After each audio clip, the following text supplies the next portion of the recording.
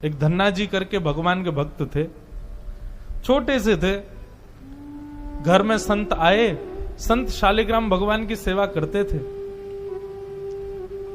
अब धन्ना जी बैठ करके देखते थे और देखते ही बड़े खुश होते थे। कभी दही से स्नान, दूध से स्नान, पंचामृत से स्नान, जल से स्नान, फिर इत्र आदि लगा के, तिलक लगा के उनकी आरती पूजा, तुलसी अर्पण, ये सब देख करके धन्ना जी को बड़ा आनंद आता था। अब भले ही खेल के रूप में सही, धन्ना जी को बड़ा मन लगता था उसमें। कुछ दिन बाद संत जाने लगे तो धन्ना जी रोने लगे, बोले कि आप तो चले जाओ लेकिन अपने ठाकुर जी मुझको दे जाओ, उनकी सेवा मैं करूंगा। अब तो इतना रोए, इतना रोए, इतना रोए धन्ना जी कि संत का निकलना मुश्किल हो गया। तो संत ने क्या किया, रात्रि में धन्ना जी सोए तो बाहर से काला काला एक पत्थर ले आए और उस पर ही इत्र आदि लगा के, उसको तिलक विलक लगा के उसको सिंहासन पर बैठा दिया और अपने ठाकुर जी को नीचे बैठा दिया। धन्ना जी सुबह बोले, संत जी आप मत जाओ, छोटे बालक। संत बोले, अच्छा देखो, अंदर आओ मंदिर में। मंदिर में गए तो बोले, देखो वो तो सिंहासन पर ठाकुर जी बैठे और नीचे हमारे ठाकुर जी बैठे, बताओ तुमको कौन से चाहिए। धन्ना जी बोले, मैं तो सिंहासन वाले लूंगा, बड़े वाले ठाकुर जी मेरे। बोले ठीक है, तो उनकी सेवा करो, अब हमको जाने दो। अपने शालिग्राम जी को लेकर के संत चले गए। अब धन्ना जी उस पत्थर की सेवा करते हैं, असली शालिग्राम तो संत अपने संग ले गए, लेकिन धन्ना जी इतने भाव से सेवा करते थे। महाराज लाल तिलक लगाने के लिए मां ने रोली नहीं दिलाई तो ईंट ले आए, ईंट को घिस करके उसी से लाल लाल रोली बना दी, वही लगाते।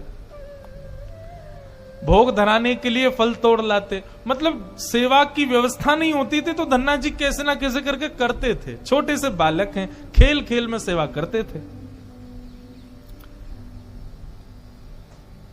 बीच में संत किसी और के घर में आए तो धन्ना जी वहां जाके अपनी सब सेवा बताते, मैं ऐसे ऐसे करता हूं। संत बोले, भोग नहीं लगाते अपने ठाकुर जी का। बोले भोग, बोले तुमको भूख लगती है। बोले हाँ, ऐसे ठाकुर जी को भी भोग लगाना चाहिए ना। छोटे बालक को ऐसे ही समझा दिया। अब तो धन्ना जी ने मां से आज बढ़िया खिचड़ी बनवाई, कड़ी बनवाई, रोटी सब्जी बनवाई और भोग लगा के ले गए ठाकुर जी के पास। संत ने बताया था पर्दा करके भोग लगाना। पर्दा लगा दिया, भोग ठाकुर जी के सामने धर दिया। धन्ना जी बार बार पर्दे में से देखें, खा ही नहीं रहे, ठंडा हो जाएगा भोग। ठाकुर जी खा लो जल्दी से, देखो बढ़िया गरम गरम कड़ी लाया हूं और खिचड़ी बनाई, मैया ने घी डाला उस पर, पालो प्रेम से।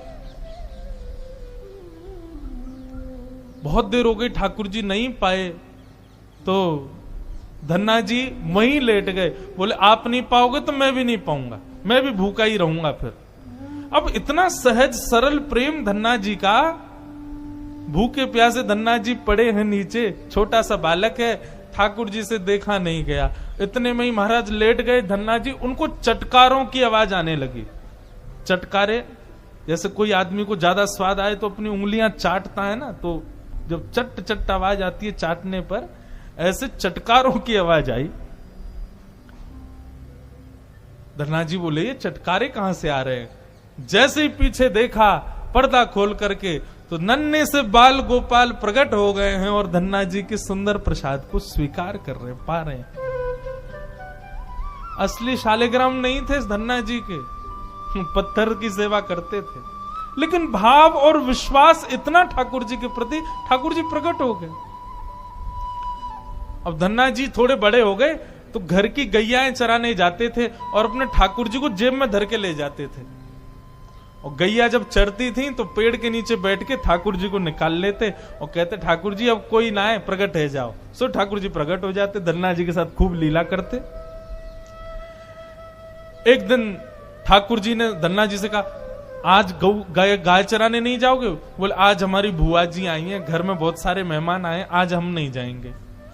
तो ठाकुर जी बोले, एक काम कर, गैयान को गांव से बाहर ले जा और मोकू भी बाहर पधराया, तेरी जगह आज गैया मैं चराया आऊंगा। तो यही होने लगा। अब थोड़ी दूर तक धन्ना जी जाते, उसके बाद ठाकुर जी को बाहर निकालते और ठाकुर जी प्रकट हो जाते, गैया चराने ठाकुर जी जाते। आज 11-12 साल हो गए वो संत आए जिनके शालिग्राम जी की सेवा थी। संत जैसे आए, धन्ना जी ने प्रणाम किया, जय हो मेरे गुरुदेव, गुरु जी के चरणों में प्रणाम। गुरु जी आपने ऐसे ठाकुर जी प्रदान किए, मेरा तो जीवन उत्सव हो गया। अच्छा, कहां है तुम्हारे ठाकुर जी, सेवा पूजा कैसी चल रही, अभी तक कर ही रहे हो? उनको लगी पत्थर है, बचपन में की होगी, अब तो बड़ा हो गया। कहां है तुम्हारे ठाकुर जी? बोले ठाकुर जी अभी नहीं है, ठाकुर जी तो गैया चराने गए। संत बोले मतलब? बोले हाँ, मैं कभी व्यस्त होता हूं तो मैं ठाकुर जी को गैयाओं के संग भेज देता हूं, ठाकुर जी गैया चराने जाते हैं। संत बोले पहले तो छोटा था, अब तो इतना बड़ा हो गया, ये अभी भी बचकानी बातें करता है। अरे लाला ऐसे मत बोला करो। वो नहीं नहीं, सच में ठाकुर जी गैया चराने गए। आपको विश्वास नहीं? शाम को चलो मेरे संग। गुरु जी को लेकर के वन में गया तो वन में गैयाएं चर रही थी। बोले कहां है तेरे ठाकुर जी? अरे देखो वो दोहरी गैया के पीछे पीछे हाँक रहे हैं वाकू, पीछे पीछे चल रहे हैं वाक्य, देखो ठाकुर जी दिख तो रहे। गुरु जी बोले हमको नहीं दिख रहे।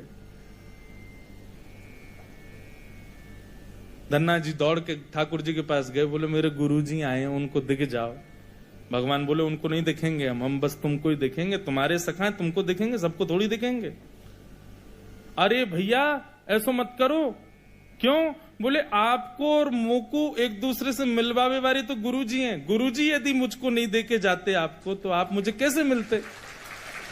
मेरे गुरुदेव हैं, इन्होंने ही तो मुझको दिया था आपको। ठाकुर जी रीझ गए, पुनः पुनः धन की भक्ति, ऐसा भाव। इतने में ही नील माधव, नीलमणि ठाकुर जी प्रकट हो गए। और जैसे ही प्रकट हुए, दूर खड़े गुरुदेव के एक एक रोम बिलखने लगा, रोने लगे। और धन्ना के चरणों में प्रणाम किया। बोले हम सच्चे शालिग्राम से प्रकट नहीं कर पाए, तूने सामान्य पत्थर से प्रकट कर दिया ठाकुर जी को। हम अष्टयाम सेवा से प्रकट नहीं कर पाए और तूने सामान्य पत्थर घिस घिस के तिलक लगा के प्रकट कर दिया ठाकुर जी को। हम 56 भोग पधरा करके ठाकुर जी को प्रकट नहीं कर पाए, तू बेसर की रोटी खवा के ठाकुर जी को चटकारे दिलवाता है। हम यहां ठाकुर जी से प्रार्थना करते हैं, कभी त्रिभंग लली से सीधे लली भी बन जाओ, न पूरे दिन यूं ही खड़े रहो, दर्द है जाते हो, हाथ में ने हाथ सीधे कर लो। तू ठाकुर जी से गैया चरवा रहा है अपनी। धन्य है धन्ना तेरी भक्ति को।